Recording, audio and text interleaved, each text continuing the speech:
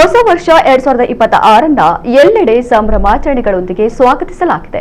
ಮಣಿಪಾಲದಲ್ಲಿ ಹೊಸ ವರ್ಷದ ಸಂಭ್ರಮಾಚರಣೆ ಜೋರಾಗಿ ನಡೆದಿರುವುದು ಕಂಡುಬಂತು.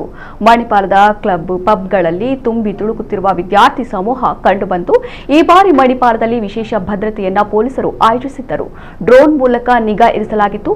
ಕೇಕ್ ಶಾಪ್, ಬಾರ್ಗಳಲ್ಲಿ ಜನಸಂದಣಿ ಕಂಡುಬರುತ್ತಿತ್ತು. ಆಯಕಟ್ಟಿನ ಸ್ಥಳಗಳಲ್ಲಿ ಪೊಲೀಸರು ಕಟ್ಟೆಚ್ಚರ ವಹಿಸಿದ್ದರು. ಮಣಿಪಾಲದ ಕಾಯಿನ್ ಸರ್ಕಲ್ ಬಳಿ ಸೇರಿದ ಯುವ ಸಮೂಹ ಹೊಸ ವರ್ಷದ ಸಂಭ್ರಮಾಚರಣೆಯಲ್ಲಿ ತೊಡಗಿಸಿಕೊಂಡಿತ್ತು.